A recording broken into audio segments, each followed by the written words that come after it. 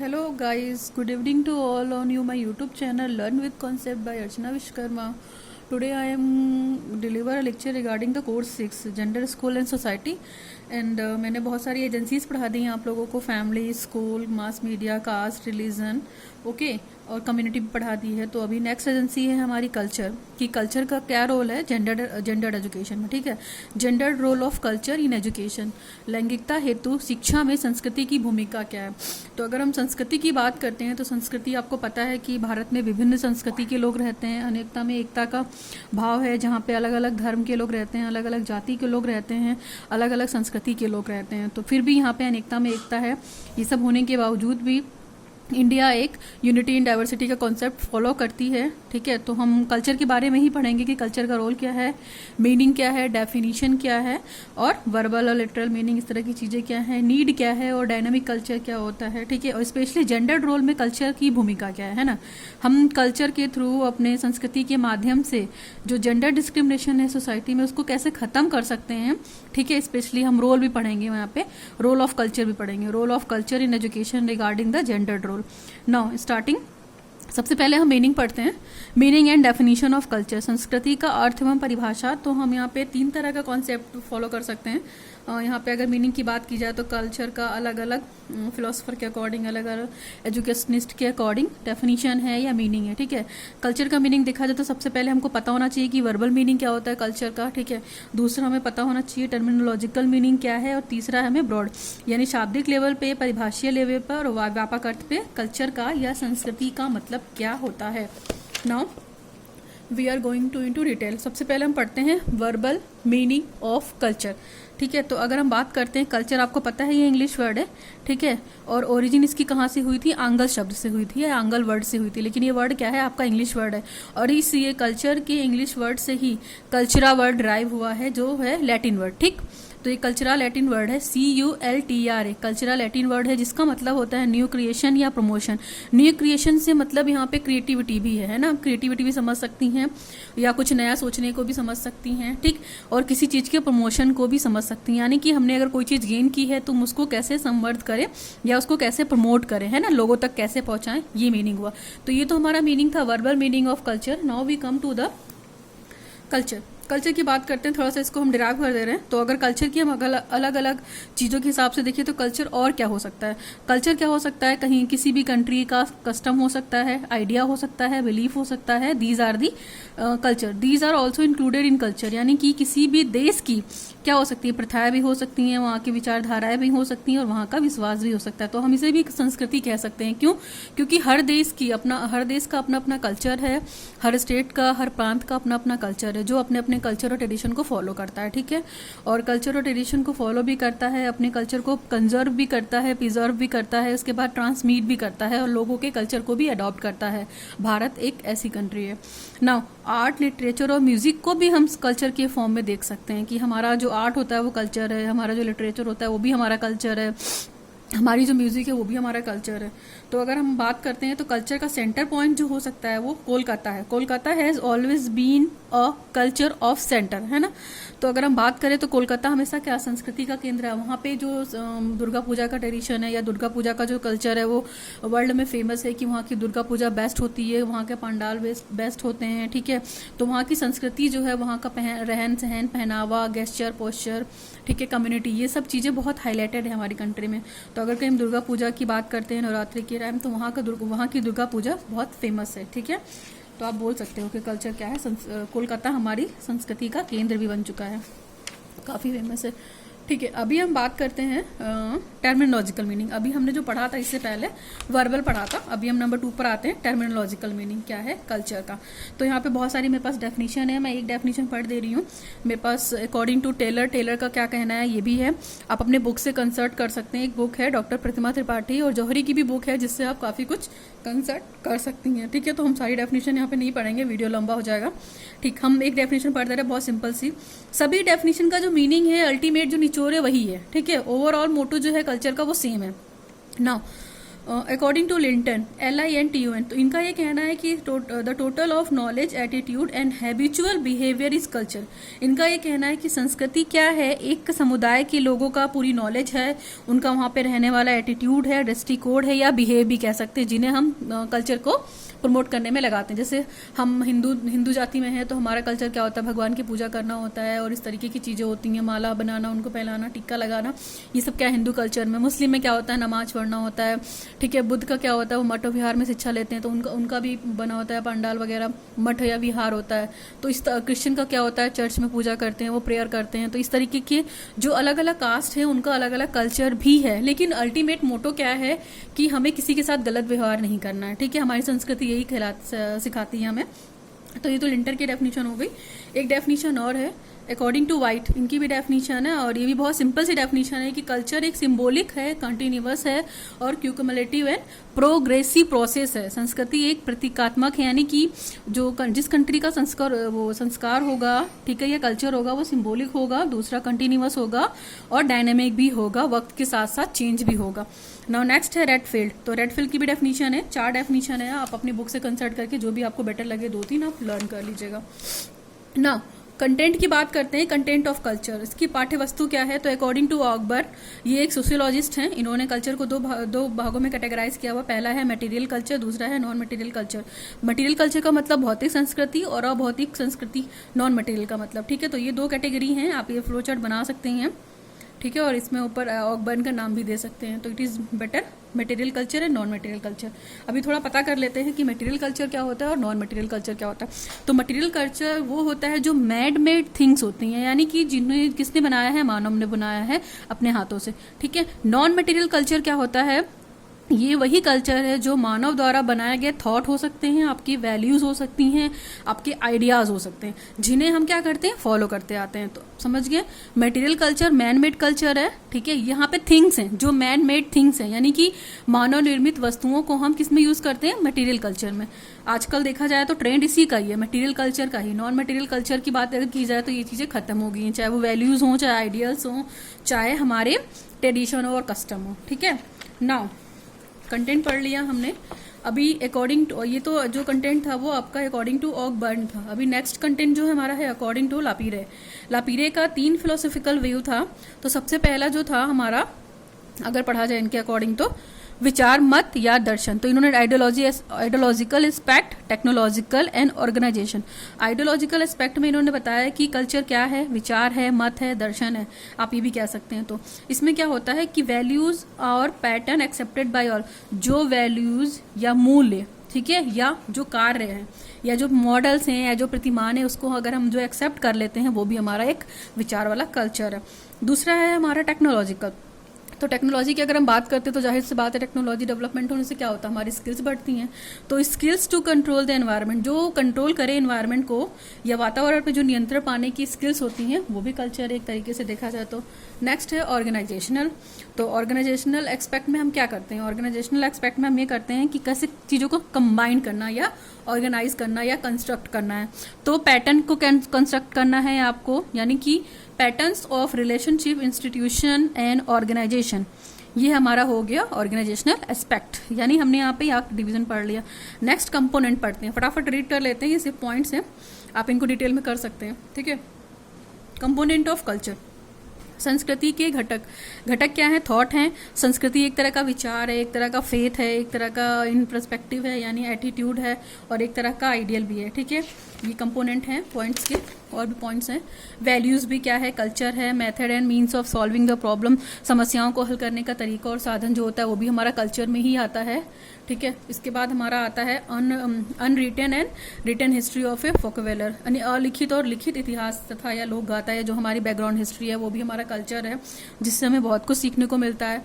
Next है हमारा customs है। फिर आगे आते हैं तो पढ़ते हैं any kind of trust in housing, आवास में किसी प्रकार का जो विश्वास होता है वो भी एक कल्चर है। फिर रिलीजियस बिलीफ एंड कस्टम, वो भी एक कल्चर है। धार्मिक विश्वास व रीति रिवाज भी एक कल्चर है। इसके बाद इकोनॉमी भी एक कल्चर है, ठीक है। तो आप ये सारी चीज़ें पढ़ सकते हैं कल्चर के किसमें, कंपोनेंट में, ठीक है। आप ये पॉइंट्स बना के लिख सकते हैं आराम से, बहुत सिंपल एंड ईजी है। नेक्स्ट है एनी काइंड ऑफ टेक्नोलॉजी। अगर हम जो टेक्नोलॉजी यूज़ करें वो भी एक कल्चर का अडॉप्टेशन है। इसके बाद लैंग्वेज की बात करते हैं तो लैंग्वेज भी कल्चर है। Beauty, pattern, accessories and methods, सौंदर्य के प्रतिमान, सामान और विधियाँ, ये भी कल्चर है।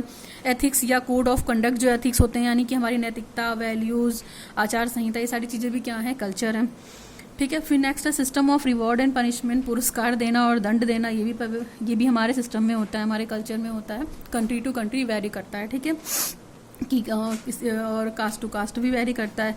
फिर फंक्शन ऑफ ब्रेन की फंक्शनिंग को भी हम कल्चर से कंसल्ट करते हैं। इसके बाद मटेरियल ऑफ एग्रीकल्चर, कृषि की वस्तुएं भी कल्चर में आती हैं। अभी हम पढ़ते हैं कैरेक्टरिस्टिक्स की बात करते हैं। तो कैरेक्टरिस्टिक्स में बहुत सारे पॉइंट्स हैं। आप देखिए, पहला पॉइंट जो है हमारा कैरेक्टरिस्टिक्स में यूनिटी इन डाइवर्सिटी। मैंने पहले ही मुझसे बताया था कि इंडिया क्या है, यूनिटी इन डाइवर्सिटी के कॉन्सेप्ट को फॉलो करती है। यहाँ हर तरह के धर्म के लोग रहते हैं, चाहे वो हिंदू हों, ठीक है, हिंदू हो गए, फिर मुस्लिम हो गए, सिख हो गए, ईसाई हो, क्रिश्चियन हो गए। इसके बाद और भी बहुत सारे धर्मों के लोग हैं। जैसे अगर पंजाबी की बात की जाए, अगर डिवीजन करें तो सबका क्या है, सबका अलग अलग कल्चर है, सबका अलग अलग ट्रेडिशन है, बट ये कहाँ रह रहे हैं, एक ही साथ रह रहे हैं ना, ठीक है। तो एक सोसाइटी में रह के यूनिटी इन डाइवर्सिटी का कॉन्सेप्ट भी फॉलो कर रहे हैं। अगर देखा जाए तो यूनिटी इन डाइवर्सिटी का कॉन्सेप्ट फॉलो कर रहे हैं। रिलीजियस टॉलरेंस क्या है, धार्मिक सहिष्णुता, यानी कि अलग अलग रिलीजन के लोग रहकर भी एक दूसरे के साथ रह रहे हैं, बहुत बड़ी बात होती है। कोऑर्डिनेशन कैपेसिटी भी डेवलप होती है अगर देखा जाए तो कल्चर के माध्यम से। फिर एडजस्टिंग पावर भी आपकी डेवलप होती है, यानी कि हम चीज़ों को एडजस्ट करना भी सीख जाते हैं, ठीक है। क्योंकि बहुत सारे कई कल्चर और ट्रेडिशन और रीति रिवाज होते हैं जिन्हें हम फॉलो नहीं करना चाहते हैं, ठीक है, हम फॉलो नहीं कर सकते लेकिन उसकी रिस्पेक्ट कर सकते हैं, ठीक है। फॉलो नहीं करना है कोई बात नहीं है, लेकिन हम दूसरे के कल्चर को मिसयूज़ नहीं करेंगे और उसको हम गलत वे में नहीं ले जाएंगे, ठीक है। अपने कल्चर का काम क्या होता है कि अच्छी चीज़ों को हमेशा प्रमोट करना चाहिए और अच्छी चीज़ों को हमेशा क्या करना चाहिए, एक्वायर भी करना चाहिए। नाउ ब्रॉड आउटलुक, कल्चर का बहुत ब्रॉड आउटलुक है, हम इसको वर्ड्स में डिस्क्राइब नहीं कर सकते हैं। Now we can come to the next another point, ये है फ्रीडम ऑफ थॉट। कल्चर हमारा क्या सिखाता है कि हम अपने कल्चर के बारे में सोचने के लिए फ्री हैं, हमें कोई बाउंडेशन नहीं दी गई है गवर्नमेंट की तरफ से या सोसाइटी की तरफ से, ठीक है। इसके बाद है एंटीक्विटी, यानी कि हमारा कल्चर जो है एंशिएंट है, काफी पहले से चला आ रहा, हमने अभी अभी आकर नहीं बना दिया है सोसाइटी में रहकर, ठीक है। कल्चर इज डायनामिक, कल्चर क्या है, डायनामिक है, वक्त के साथ साथ अपने आप को अडॉप्ट भी करता है, अच्छी चीजों को सीखता है। जैसे टेक्नोलॉजी की बात करते हैं, पहले के संस्कार क्या करते थे कि टेक्नोलॉजी इतनी नहीं डेवलप थी, लेकिन आज टेक्नोलॉजी डेवलप है तो हमारा संस्कार ये थोड़ा कहता है कि हम अच्छी चीज़ों को रिसीव ना करें, हम उसको रिसीव करते हैं क्योंकि इसकी वक्त की डिमांड है। नाउ नेक्स्ट है कल्चरल हेरिटेज। हमारा जो कल्चर होता है वो हमें हेरिटेज में मिला होता है, हमारे पेरेंट्स, हमारे एंसेस्टर्स ने हमें दिया होता है, जिसकी हमें हमेशा रिस्पेक्ट करनी होती है। नेक्स्ट है culture is a social object. Culture क्या है, एक तरीके की सामाजिक वस्तु भी है। कल्चर क्या है, एक कॉम्प्लेक्स प्रोसेस भी है अगर समझा जाए तो। नाउ ये तो था कैरेक्टरिस्टिक्स। नेचर की बात करते हैं। Now we come to the nature and elements of culture. संस्कृति की प्रकृति तथा तत्व। फटाफट पढ़ते हैं। Nature of culture. कल्चर क्या है, आपको पता है कि नेचर अर्न है। प्रकृति में क्या है, चीजें जन्मजात नहीं होती हैं, वो उसको रिसीव करती है, ठीक है। इसके बाद नेचर क्या है, डायनामिक है, according to situation, according to condition change होती है। सोशल भी है हमारा कल्चर, आइडियलिस्टिक भी है, क्वालिटी ऑफ कोऑर्डिनेशन की गुण भी है इसमें, ठीक है। यूज्ड भी किया हुआ है और कॉम्प्लीमेंट्स ऑफ रिक्वायरमेंट, यानी कि आवश्यकताओं की पूर्ति भी क्या है, एक तरीके की कल्चर। तो ये कल्चर का नेचर है, ये अपने इसके नेचर है, पर्टिकुलर हर बंदे का अपना अपना नेचर होता है, तो कल्चर का भी ये नेचर है, ठीक है। नाउ अभी हम बात करते हैं यूनिवर्सल एलिमेंट ऑफ कल्चर। अगर सार्वभौमिक तौर पे बात की जाए कि यूनिवर्सल लेवल पे, यानी कि पूरे वर्ल्ड लेवल पे हमारे कल्चर के क्या क्या कंपोनेंट है, तो बहुत सारे हैं। देखिए, सबसे पहले तो लैंग्वेज है। लैंग्वेज यानी भाषा। हर कल्चर का अलग अलग अपना एक लैंग्वेज और भाषा है जिसे वो यूज़ करता है और ट्रांसमिट करता है। नाउ नेक्स्ट क्या है, टेरेस्ट्रियल इक्विपमेंट, फूड एक्सेट्रा, जैसे पार्थिव उपकरण, इसमें भोजन, मकान, ये सब भी क्या है, कल्चर के फॉर्म में आएगा। आर्ट्स वगैरह कल्चर के फॉर्म में आएगा। फिर नेक्स्ट देखेंगे आप, इस फ्लो चार्ट को आप बना सकते हैं। Property, value and exchange and business, ये सब भी क्या है, कल्चर है। अपने अपने कल्चर का अपने अपना बिजनेस होता है, अपनी अपनी प्रॉपर्टी होती है, अपनी अपनी वैल्यूज होती है, ठीक है। Government and method. गवर्नमेंट का मतलब सरकार है ना, सरकार भी इसके लिए बहुत कुछ करती है कि कल्चर को कैसे प्रमोट करना है। और उसके बाद युद्ध की बात करते हैं तो कल्चर के लिए युद्ध भी होता है, ठीक है। Family marriage, social control, sports. Family marriage में क्या है कि जैसे कुटुंब की बात करते हैं कि पूरी धरती हमारी माता है, और अगर देखा जाए कल्चर टू कल्चर तो सबकी जो मैरिज सेरेमनी होती है वो अलग अलग होती है। सोशल कंट्रोल और ये सारी चीज़ें भी डिफरेंट होती है। फिर अगर हम बात करते हैं कि मिथोलॉजिकल एंड साइंटिफिक, तो पौराणिक भी है, जाहिर सी बात है, बहुत सारा रहस्य हम अपने कल्चर को अभी तक समझ नहीं पाए हैं। कल्चर क्या है, मिस्टीरियस ही एक तरीके से, हाँ इस पर रिसर्चेस होती रहती हैं। इसके बाद ये साइंटिफिक एटीट्यूड भी डेवलप करता है। फिर रिलीजियस, ऑब्जर्वेशन एंड सुपरस्टिशियस, तो कुछ धार्मिक रीतियाँ रिवाज भी हैं और उसके साथ साथ अंधविश्वास भी है, ठीक है। स्पिरिचुअल पावर तो है ये, लेकिन उसकी भी क्या है, स्पिरिचुअल की बात करते हैं, अगर गॉड एग्जिस्ट करता है तो उसकी हम कॉज को और इफेक्ट को नहीं जानते, क्योंकि हमने गॉड को देखा नहीं है। तो अभी भी क्या है, गॉड की एग्जिस्टेंस एक, अगर हम बात करते हैं तो गॉड है क्या, सबसे पहले तो हम यही नहीं जानते हैं ना, क्योंकि किसने देखा है, मूर्ति की फॉर्म में देखा है, बट उसकी एक्चुअल एग्जिस्टेंस क्या है, एक तरीके की आज भी मिस्ट्री ही है। तो ये चीज़ क्या है, मिस्टीरियस है और कंट्रोवर्शियल भी है, हम इस पर डिस्कस नहीं कर सकते, इस पर बहुत सी रिसर्चेस हो रही हैं, ठीक है। नाउ टाइप की बात करते हैं, तो टाइप में मेरे पास एक फ्लो चार्ट है, ये फ्लो चार्ट 1 बाय 1 करके देख लेते हैं। पहले आप सेंटर हेडिंग डाल सकते हैं, उसको आप फ्लो चार्ट के थ्रू कैटेगराइज कर सकते हैं, देख सकते हैं आप, मैं यहाँ पे दिखा रही हूँ आपको, ठीक है। 4 पार्ट्स हैं। तो सबसे पहले अगर पार्ट की हम बात करते हैं तो आप ये पहले फर्स्ट सेकेंड पार्ट को समझते हैं। पहला आप डिस्कस कर चुके हैं इसे प्रीवियस वाले पेज में, ठीक है। तो सबसे पहला जो पार्ट है वो मटेरियल कल्चर है, दूसरा नॉन मटेरियल कल्चर है। तो मैंने वही बताया था, जो मटेरियल कल्चर होता है वो मैनमेड थिंग है, यानी कि मानव के द्वारा जो बनाई गई चीज़ें हैं वो।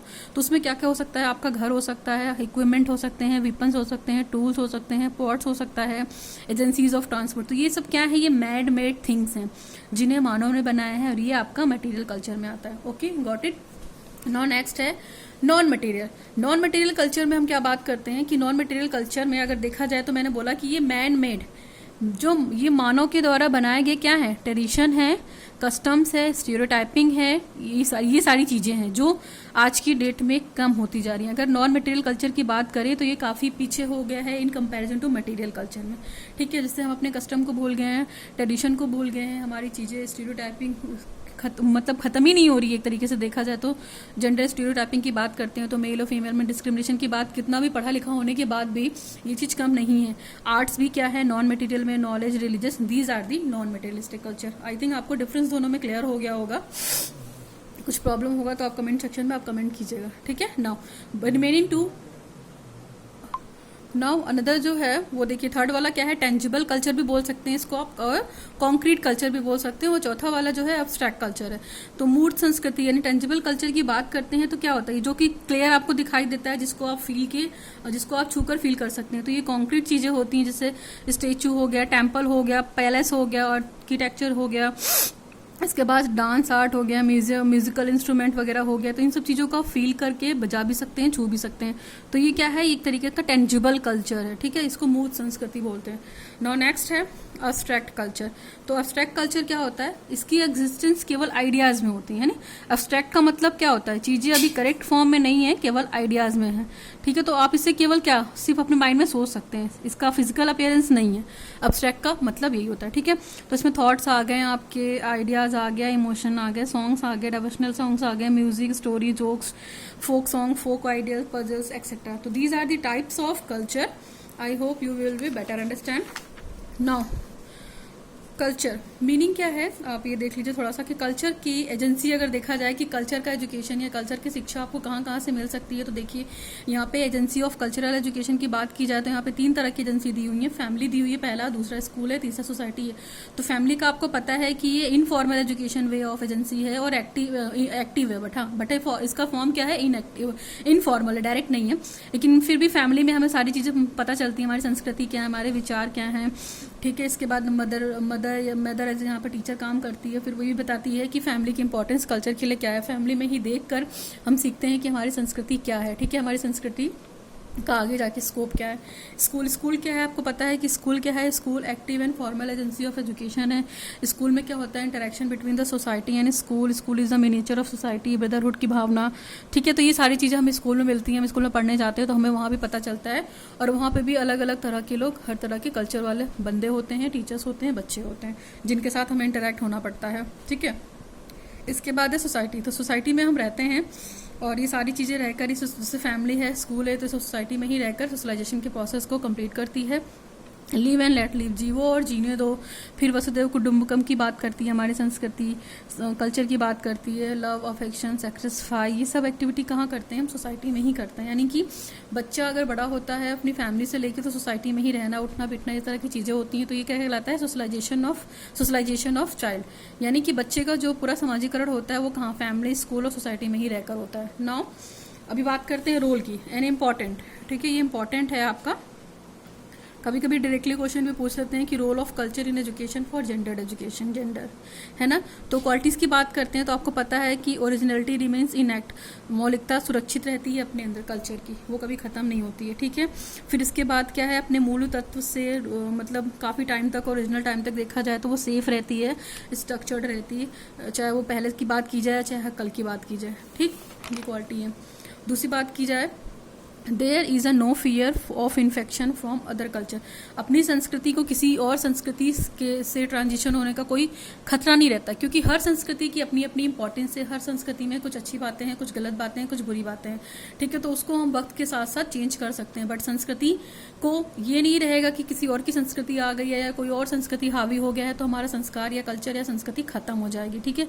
ये विपिन नहीं है। Women are respect and considered to be the masters of the house, especially देखा गया है कि जो घर की लेडीज होती हैं, स्त्रियों का आदर होता है और वो घर की स्वामिनी बनी होती हैं, ठीक है। नेक्स्ट है special tradition were customary to the replace ideal, सामाजिक परंपराएं, रीति रिवाज और आदर्शों का स्थान है कल्चर में, जाहिर सी बात है। इट इज़ नॉट डक्टाइल, यानी कि नमनीय नहीं होती हैं, डक्टाइल नहीं होती हैं। नेक्स्ट बात की जाए क्वालिटी डीमेरिट की, ठीक है। अभी हमने मेरिट की बात की तो डीमेरिट की बात करते हैं। डज नॉट डिजॉल्व क्विकली, शीघ्रता से किसी भी कल्चर में इन्वॉल्व नहीं होती हैं, ठीक है। अपनी अपनी कल्चर की अपनी अपनी इंडिविजुअल वैल्यू है। नेक्स्ट है mobility is not found in this type of culture, इस प्रकार की संस्कृतियों में गतिशीलता नहीं पाई जाती है, ठीक है। इसके बाद बात की जाएगी these types of culture do not spread much, इस प्रकार की संस्कृतियों का प्रचार प्रसार भी अधिक नहीं होता है। सोशल सिविल्स आर बॉर, हमारा समाज है तो वहाँ पे बहुत सारी अच्छी चीज़ें भी हैं और अच्छी चीज़ें होने के साथ साथ क्या है? सामाजिक कुरीतियाँ हैं और सामाजिक बुराइयाँ भी हैं, ठीक है, जिसको हम अपनी समाज को लिटरेट करके बना सकते हैं थोड़ा सा अच्छा, और जेंडर डिस्क्रिमिनेशन को ख़त्म करके बना सकते हैं, जो हमारा पेपर है ये gender, school and society. Now the new ideas are adopted instead of the worn and idea, अच्छाइयों तथा नवीन विचारों की अपेक्षा घिसे पिटे विचारों को ही अपनाया जाता है। ये हमारे कल्चर की डीमेरिट है ना, कि नहीं ये तो हमारा कल्चर है, हम एक चीज़ सीखेंगे तो हमारा कल्चर खराब हो जाएगा। ऐसा किसी भी बुक में नहीं लिखा है, ऐसा कोई भी नहीं कहता है कि अच्छी चीज़ों को आप अडॉप्ट मत कीजिए, ठीक है। आपका कल्चर आपके कल्चर की कोई मतलब आपके कल्चर का कोई स्थान नहीं ले सकता है, ठीक है। आप नई चीज़ें अडॉप्ट करेंगे तो आपकी वोकैबुलरी भी बढ़ेगी और आपकी नॉलेज भी बढ़ेगी और आप अपने कल्चर के साथ साथ दूसरे के कल्चर को भी स्थान देंगी, ठीक है। नेक्स्ट है the vicinity of the victor is very close, जो निगेटिव थॉट्स आते हैं हमारे विचारों में, मतलब निगेटिव थॉट्स जो आते हैं स्पेशली कल्चर को लेके कि नहीं उसका कल्चर तो अच्छा नहीं, जैसे अपने कल्चर की बात की जाए तो हमारे इंटरकास्ट मैरिज अलाउ नहीं है, अदर कास्ट में भी देखा जाए तो इंटरकास्ट मैरिज अलाउ नहीं है, तो ये एक तरीके का निगेटिव थॉट भी है, this is not done, okay, ठीक है। ये कंट्रोवर्शियल मैटर है, इस पर डिस्कशन करना it is not necessary about A topic. Now gender discrimination promote, इससे क्या होता है? डीमेरिट क्या होती है कि जो डिस्क्रिमिनेशन है जेंडर को लेकर कि ये स्त्री ये काम कर सकती है, पुरुष ये काम कर सकता है, स्त्री ये काम नहीं कर सकती है, दोनों को इक्वल पार्टिसिपेशन नहीं देना सोसाइटी में, इस तरह की चीज़ें को भी बढ़ावा मिलता है। तो आप कोशिश करिए कि शिक्षा के माध्यम से इन सब चीज़ों को ख़त्म कीजिए। नाउ अगर ये ओपन स्कूल में बात की जाए कि ओपन स्कूल में क्या काम है कल्चर का, तो देखा जाएगा फ्री एंड ओपन स्कूल का जो कल्चरल एक्सपेंशन है वो बहुत ही ओपन सोसाइटी की तरह है। तो जो खुले और ये मुक्त विश्वविद्यालय हैं लाइक ये इग्नू हो गया, ठीक है, Indira Gandhi institute of national open institute, ठीक है, यूनिवर्सिटी, तो ये यहाँ पे क्या है? मुक्त तथा खुले समाज में सांस्कृतिक जो होती है विस्तार तथा आदान प्रदान की अधिक महत्व दी जाता है। इस प्रकार की संस्कृति के गुण तथा दोष निम्न प्रकार की। जो ओपन यूनिवर्सिटी है, ठीक है, ओपन यूनिवर्सिटी बच्चों को एडमिशन देती है तो ये कभी नहीं देखती है कि इसका कल्चर क्या है, उसका कल्चर क्या है, सभी कल्चर के बच्चे वहाँ पढ़ते हैं, एडमिशन लेते हैं, क्वालिटीज़ फटाफट पढ़ लेते हैं। नेक्स्ट है मोबिलिटी परसिस्ट होती है, this type of society quickly adopt to new changes, तो इस तरह की सोसाइटी क्या करती है? नई चीज़ों को फटाफट अडॉप्ट करती है ना, वहाँ पे बहुत सारे मेजॉरिटी आ जाती है। फिर दूसरा है कि इस प्रकार के समाज में स्त्रियों को और पुरुषों को समानता, यानी कि equal man and women equality की बात करती है सोसाइटी, ठीक है। There was a superstitious in this type of society. इस प्रकार की समाज में अंधविश्वास और कुरीतियों को कोई स्थान नहीं मिलता है और ये डक्टाइल होती है, ठीक है। इसमें डक्टाइल का गुण होता है यानी अहमियता होती है। डीमेरिट की बात करते हैं तो डीमेरिट में क्या है कि इस प्रकार के कल्चर को समाज में सांस्कृतिक संक्रमण अधिक होता है। जाहिर सी बात है, हम अच्छी चीज़ें सीखेंगे तो हमें सामने वाले बंदे का भी प्रमोट नहीं करेंगे या उस चीज़ के फेवर में नहीं बोलेंगे अरे तुम तो ये काम गलत कर रही हो, ऐसा नहीं होना चाहिए, ठीक है। बट आपका अपना प्रेजेंस ऑफ माइंड है, आप पढ़े लिखे हो तो आपको पता है कि क्या चीज़ अच्छी है आपके लिए, क्या चीज़ गलत है, ठीक है। In this type of society there is a fear of loss of the original culture of the society. इस प्रकार के समाज में समाज की मूल संस्कृति के क्षय होने का भय रहता है, ठीक है। फिर there is a fear of the artificialness. अब नेक्स्ट बात करते हैं the role of culture in education for sexuality is being represented under the following points. अगर हम देखते हैं कि जो लैंगिकता हेतु शिक्षा में संस्कृति की भूमिका है तो यहाँ पे कुछ पॉइंट्स दिए हुए हैं, इस पॉइंट्स को 1 by 1 पढ़ लेते हैं, आप समझ सकते हैं इसको। Development of healthy culture values, education of practicity and generosity. Next है डायनामिक है, resistance towards the other culture, character building and ethics etcetera, ठीक है। इसके बाद बात करते हैं हम development of natural power social. ये बहुत इजी पॉइंट है, अगर आपको पॉइंट समझ में नहीं आएगा तो आप प्लीज़ मुझे कमेंट कर सकती हैं। Development of natural power, social control, preparation for the adult life, senses of equality and collectively encouragement, social reforms, sense of leadership, ठीक है। ये थोड़ा सा लेंदी हो सकता है वीडियो बट हाँ टॉपिक इंपॉर्टेंट है और थोड़ा सा कॉम्प्लेक्स भी है। Development of sense of duty, sense of independence, sense of national unity, introduction of the basic element of the culture. तो ये जेंडर रोल है कुछ, आप इसकी बात कर सकते हैं। अल्टीमेटली हम पढ़ते हैं सजेशंस। हमने सारे एजेंसी में सजेशंस पढ़े हैं कि हम अपने कल्चर को इफेक्टिव टूल की तरह कैसे यूज़ कर सकते हैं जेंडर्ड एजुकेशन के लिए। तो सबसे पहले क्या है, रिमूविंग डिफेक्ट्स इन कल्चर। हमारी कल्चर में जो डिफेक्ट्स हैं उसको हम दूर करें, किसके माध्यम से, अपनी संस्कृति के माध्यम से, शिक्षित संस्कृति के माध्यम से, ठीक है। इसके बाद शिक्षा के द्वारा ही संस्कृति के अच्छे गुणों की निरंतरता तथा प्रचार प्रसार का काम करना चाहिए। नेक्स्ट है बाय कल्चर टॉलरेंस, सांस्कृतिक सहिष्णुता के द्वारा भी इसको दूर कर सकते हैं, ठीक है। फिर अगर देखा जाए तो हमारे जो कल्चर में पाठ्यक्रम है तो हमारे पाठ्यक्रम में हमको ये सिखाया जाना चाहिए कि हमारा कल्चर कितना इंपॉर्टेंट रोल प्ले करता है, ठीक है। हमारे करिकुलम ऑफ एजुकेशन की बात की जाए तो वहाँ पे कल्चर की इंपॉर्टेंस है, अगर पढ़ाया जाएगा बच्चों को तभी बच्चों को पता चलेगा कि हाँ कल्चर क्या है और कल्चर की इंपॉर्टेंस क्या है हमारे करिकुलम में, ठीक है। नेक्स्ट है culture will have an impact. तो संस्कृति का जो प्रभाव है शिक्षण विधियों पर भी पड़ता है, टीचिंग मैथड पर भी पड़ता है, ठीक है। जिससे क्या होता है, टेक्नोलॉजी डेवलप होती है, नए नए आइडियाज़ आते हैं, टेक्निकल एंड इनोवेटिव साइंस हो जाता है, and reduction in the gender discrimination. तो जो टेक्नोलॉजी के माध्यम से भी हम कल्चर को बता सकते हैं और जेंडर डिस्क्रिमिनेशन को सोसाइटी में या समाज में ख़त्म भी कर सकते हैं, कम भी कर सकते हैं। नाउ और भी देखा जाए तो जो हमारे टीचिंग ऑब्जेक्टिव्स हैं उस पर भी कल्चर का बहुत बड़ा इफेक्ट पड़ता है, टीचिंग ऑब्जेक्टिव पे, है ना। तो हम क्या कर सकते हैं, संस्कृति के प्रभाव को स्वीकार कर उसमें स्त्री शिक्षा को सम्मिलित करना चाहिए ताकि क्या करें, स्त्रियां भी पुरुषों की बराबरी कर सकें, ठीक। इसके बाद अगर हम बात करते हैं तो physical and spiritual element should be manipulated. अगर भारतीय संस्कृति में बात करते हैं तो मटेरियलिस्टिक कल्चर, स्पिरिचुअलिस्टिक कल्चर, इस तरह के कल्चर हैं, ठीक है। तो इस पर भी बल देना चाहिए ताकि उनको भी पता चले कि जो पुरुष के लिए अकेले पर्याप्त नहीं है, अतः इस प्रकार की स्त्रियों को भी भौतिक और आध्यात्मिक दोनों ही प्रकार के कृत्यों में इन्वॉल्व होना चाहिए, दोनों को इंपॉर्टेंस देनी चाहिए। नेक्स्ट कंटेंट है हमारा कल्चरल कंजर्वेशन एफर्ट, यानी कि हम संस्कृति के संरक्षण के लिए क्या क्या एफर्ट कर सकते हैं। तो बहुत सारे एफर्ट कर सकते हैं। Cultural activities should be encouraged in school, जो हमारा स्कूल है उसमें कल्चरल एक्टिविटी को प्रमोट कर सकते हैं। इसके बाद व्यक्तियों को अपनी संस्कृति के प्रति प्रेम तथा उसकी इंपॉर्टेंस को आप बता सकते हैं, उसके बारे में अवेयरनेस प्रोग्राम करा सकते हैं, ठीक है। To awoke the sense of unity in diversity, आप ये चीज़ भी बता सकते हैं कि जो यूनिटी इन डाइवर्सिटी वाला कॉन्सेप्ट है हमारे इंडिया में कितना सही है, ठीक, किस हद तक है। नो नेक्स्ट है landscaping and excursion should be encouraged for the culture conservation. संस्कृति को प्रमोट करने के लिए या संस्कृति को बचाने के लिए जो एक्सकर्शन है, एक्सकर्शन मेथड बहुत अच्छा मेथड है, बीएड में एक्सकर्शन होता है, ठीक है। तो आप अगर एक्सकर्शन में कहीं बाहर टूर पे जाते हैं तो आपको ऐसी जगह ले जाया जाए जहाँ पे आपको पता चले कि ये हमारा कल्चर है, फिर वहाँ जाकर आपने वो कल्चर भी सीखा। तो एक्सकर्शन भी एक अच्छा माध्यम है संस्कृति को समझने के लिए, ठीक है। Now to wake aware of buildings and the heritage of the cultural importance for the cultural preservation. संस्कृति के संरक्षण के लिए उसको ये बताना चाहिए कि जो हमारी ये हिस्टोरिकल बिल्डिंग है, कल्चरल इंपॉर्टेंस की कितनी ज़्यादा है, मॉन्यूमेंट्स की कितनी इंपॉर्टेंस है, तो उसको प्रिजर्व करें हम, है ना, उसका सर्वनाश ना करें, उसको मेंटेन करें। फिर local culture should be given opportunity to thrive, स्थानीय संस्कृतियों को फलने फूलने के अवसर देना चाहिए, टाइम टाइम पर इसकी मेंटेनेंस होनी चाहिए, गवर्नमेंट भी इसके लिए वर्क करे, ठीक है, और कम्युनिटी भी करे, तभी कुछ हो सकता है, ठीक। तो ये पॉइंट्स थे आपके उसके। अभी किसी पॉइंट में ही एक टर्म आता है कल्चरल लैग, इससे आप लोग काफ़ी फेमिलियर होंगे। Now another important topic is cultural lag. आप ये कल्चर जो पढ़ रहे हैं, रोल ऑफ जेंडर एजुकेशन, उसमें कल्चरल लैग एक बहुत ही इंपॉर्टेंट टॉपिक है। इस पर शॉर्ट नोट्स लिखने को आता है वो, और बहुत ही ज़्यादा इंपॉर्टेंट है, हर जगह आता है, बीएड फर्स्ट ईयर हो चाहे सेकेंड ईयर हो, ठीक है। तो अभी हम समझने की कोशिश करते हैं कि कल्चरल लैग होता क्या है, ठीक है। कल्चर का मतलब आपको पता है कि आपकी संस्कृति, और यहाँ पे जो लैग का मतलब है डिले, एक तरीके से डिले बोल सकती हैं आप किसी काम को लेकर, ठीक है, या एक तरीके से रुकावट भी बोल सकती हैं, प्रिवेंशन भी बोल सकती हैं, है ना। तो ये लैग का मतलब है कल्चरल लैग का, यानी कि हमारी सांस्कृतिक, कल्चरल लैग का मतलब क्या हुआ, सांस्कृतिक विलंबना, यानी कि हमारी संस्कृति को प्रमोट होने में किसी कारण की वजह से कुछ डिले हो गया, तो उसे हम क्या कहेंगे, सांस्कृतिक विलंबना कहेंगे।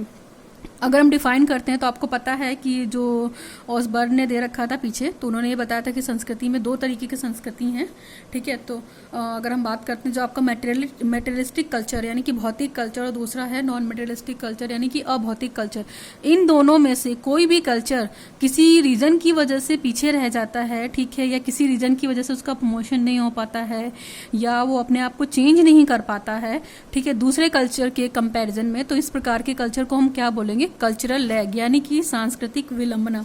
आप इसको और अच्छे से समझ सकती हैं यहाँ पे। अगर संस्कृति अपने आप को सदैव एक जैसा तो बना के रख नहीं सकती, क्योंकि संस्कृति क्या है, चेंजेबल है, डायनेमिक है। तो आपको पता है कि सांस्कृतिक परिवर्तनों को भली भांति समझने के लिए सांस्कृतिक विलंबना को समझना आवश्यक है। तो मैंने वही बोला, विलंबना शब्द जो है वो आंग्ल भाषा में विलंबना शब्द को हम लोग लैग कहते हैं, जिसका मतलब होता है लड़खड़ाना या किसी तरीके से विलंब हो जाना किसी भी चीज में, ठीक है, आगे बढ़ने से रोकना या आगे बढ़ने में विलंब होना। तो सांस्कृतिक विलंबना या कल्चरल लैग यही है कि जिसमें संस्कृति को किसी दूसरी संस्कृति से पीछे रह जाना, चाहे वो किसी भी रीजन की वजह से। तो अगर हम बात करते हैं तो संस्कृति के भौतिक अथवा अभौतिक तत्वों में से कोई भी एक पीछे रह गया तो वो क्या हो जाएगा, हमारा सांस्कृतिक विलंबना कहलाएगा। आई होप यू अंडरस्टैंड। जैसे अगर हम बात करते हैं मटेरियल कल्चर और नॉन मटेरियलिस्टिक कल्चर की, तो मटेरियल कल्चर अब इस समय हावी हो गया है नॉन मटेरियलिस्टिक कल्चर पर, क्योंकि मैन मेड थिंग्स की डिमांड बहुत ज़्यादा है, और जो मैन मेड ये थॉट्स हैं, रीति रिवाज हैं, कस्टम है, इनकी डिमांड खत्म होती जा रही है। अगर वर्तमान टाइम में देखा जाए तो हमारा जो अभौतिक संस्कृति है, ठीक है ना, अभौतिक संस्कृति की अपेक्षा भौतिक संस्कृति का प्रचार तीव्र गति से हो रहा है, ठीक है। तो इसको रोकने के लिए हम क्या क्या कर सकते हैं, आप ये देखिए, यहाँ पे मैंने फैक्टर्स लिखे हुए हैं, फैक्टर्स अफेक्टिंग कल्चरल लैग। सांस्कृतिक विलंबना को रोकने के लिए क्या क्या हो सकता है, कुछ एफर्ट कर सकते हैं। To innate conservative nature of man, जो ये मैन का कंजर्वेटिव नेचर है, ठीक है, ढकियानुसी बातें हैं, इस चीज़ के कॉन्सेप्ट को हमको ख़त्म करना है, तभी कुछ चेंज हो सकता है। फिर lack of rationality in thinking, आप अपने सोचने की विचार में रेशनल चीज़ें लाइए, यानी कि चारों तरफ से सोचिए, आप एक जगह बॉन्ड होकर नैरोनेस होकर मत सोचिए, नैरो माइंडेड होकर सोचने से कुछ भी नहीं मिलेगा, ठीक है। आप ब्रॉड होकर सोचेंगे अपने कल्चर को भी और दूसरे कल्चर को, तभी अडॉप्ट कर पाएंगे, ठीक है। प्रिवेलिंग लिथरेपी इन एक्टिविटी, आपको अपनी एक्टिविटी में क्या इनोवेशन लाना चाहिए, ठीक है, अच्छी चीज़ों को अडॉप्ट करना चाहिए। और आप जरूरी नहीं है कि आपकी संस्कृति में कोई प्रॉब्लम हो इसलिए आप वो नई चीज़ें नहीं सीखेंगे, आप सीखिए, आपकी संस्कृति में कोई प्रॉब्लम नहीं है, सामने वाले की संस्कृति में भी कोई प्रॉब्लम नहीं है, उसको भी सीखिए और अडॉप्ट करिए। Absence of emotional drive for the realising the national ideas and the objectives, आपको क्या करना है, जो आपके इमोशनल ड्राइव हैं या रियलाइजेशन पावर है नेशनल लेवल पे, आइडियाज या थॉट है, उसको भी एक्सेप्ट कीजिए, और अपने कल्चर की जो अच्छी बातें वो सामने वाले कल्चर को भी दीजिए, सामने वाली सोसाइटी को भी दीजिए। तो उसको भी क्या होगा कि उसके कल्चर के बारे में पता चलेगा और आपको भी उसके कल्चर के बारे में पता चलेगा। यानी कि अगर आपको सडनली कहीं चेंज करके जाना पड़े तो आपको एडजस्टमेंट में प्रॉब्लम नहीं होगा, क्यों, क्योंकि आपने उसके कल्चर को अडॉप्ट कर लिया और उसने आपके कल्चर को अडॉप्ट कर लिया। लेकिन ये कतई मीनिंग नहीं है कि आप दूसरे के कल्चर को अडॉप्ट कर रहे हैं तो आप अपना कल्चर भूल गए हैं, ठीक है, ये कल्चरल लैग है, तो आपको अपने कल्चर को नहीं भूलना है। The passive attitude towards the social culture educational political and economical change, तो ये सारी चेंजेस फैक्टर हैं। ये यहाँ पे था कल्चरल लैग, ठीक है, मैंने आई होप मैंने बता दिया अच्छे से। नहीं समझ में आएगा तो फिर भी आप पूछिएगा, I will solve you discussion, ठीक है, solve with the discussion. Causes क्या है कल्चरल लैग के, इंडस्ट्रियलाइजेशन, यानी कि आज के टाइम में जितनी मॉडर्नाइजेशन आ गई है इसकी वजह से हो गया है, तो कल्चर को कोई भी फॉलो नहीं करना चाहता है। ठीक है, इंटरनेशनल टेंशन बहुत ज़्यादा हो गई है, क्यों? क्योंकि हमारे देश में इंटरनेशनल चीज़ें बहुत ज़्यादा आ गई हैं, चाहे वो कपड़ों से लेके, थॉट से लेके, एजुकेशन से लेके, हर एक चीज़ों तक हो गई हो। ठीक है, हमारी लाइफ स्टैंडर्ड हमारा चेंज हो गया, हमारी लाइफ की वैल्यूज़ मतलब चेंजेस हो गई हैं अकॉर्डिंग टू कस्टम हो गया, साइकोलॉजिकल हो गया, स्टीरियोटाइपिंग वाली चीज़ें अभी भी हैं। स्टीरियोटाइपिंग में यहाँ पे क्या हो गया, जेंडर स्टीरियोटाइपिंग आ गई, तो मेल और फीमेल का जो अभी भी है कॉन्सेप्ट ये ख़त्म नहीं है हमारे सोसाइटी में। डिस्क्रिमिनेशन है, दोनों कंबाइन करके नहीं चलते हैं। ठीक है, ये तो हमारे कॉजेज़ थे जो कल्चरल लैग के। ओवरऑल हम इस टॉपिक के कंक्लूजन पे आते हैं। Finally the topic has done. हाँ, इट आई नो कि ये लेक्चर थोड़ा लेंदी हो गया है, बट हाँ, आपका कल्चरल लैग से लेकर पूरा role of gendered education in culture, ठीक है, संस्कृति का क्या रोल है आपके लैंगिकता की शिक्षा में, पूरा टॉपिक कंप्लीट होता है। कंक्लूजन में हम यही बात करते हैं कि culture plays a very important role in our society. ठीक है, एक तरीके से देखा जाए तो कल्चर क्या है, इंटीग्रल पार्ट है आपकी लाइफ का। ठीक है, और कल्चर अपने आप में ही क्या है, पार्टिसिपेशन है, मेन एंड वुमेन आइडिया, सारी चीज़ें। तो कल्चर ये भेदभाव नहीं करता है कि ये मेल है तो ये कल्चर अडॉप्ट नहीं कर सकता, ये फीमेल है तो उसको ये संस्कृति अडॉप्ट नहीं करनी चाहिए। संस्कृति की हमारे विचारों में, आदर्शों में, व्यवहारों में अपने आप एक मॉडल है। हमारे जो रीति रिवाज हैं, प्रथाएं हैं, स्त्री पुरुषों की दोनों के लिए हैं, किसी एक के लिए पर्टिकुलर नहीं बनाई गई हैं, दोनों को इसमें फॉलो करना चाहिए। अतः संस्कृति को लैंगिक भेदभावों के कारणों की पहचान कर उन्हें दूर करने का एफर्ट करना चाहिए। मेल और फीमेल दोनों को एफर्ट करना चाहिए, जिससे क्या होगा, ये कल्चरल डिस्क्रिमिनेशन को खत्म होगा और ये इंपॉर्टेंट है। ठीक है, तो कल्चरल चेंजेस से चूकना नहीं चाहिए, अकॉर्डिंग टू सिचुएशन या कंडीशन होना चाहिए। Please if you like my video, like, share and subscribe my channel learn with Archana Sharma, learn with concept bye Archana Vishwakarma. Thank you all. ये आज का लेक्चर था। अगर आपको इस लेक्चर में कोई प्रॉब्लम होती है तो please you can mail me और you can comment me. Okay, thank you all.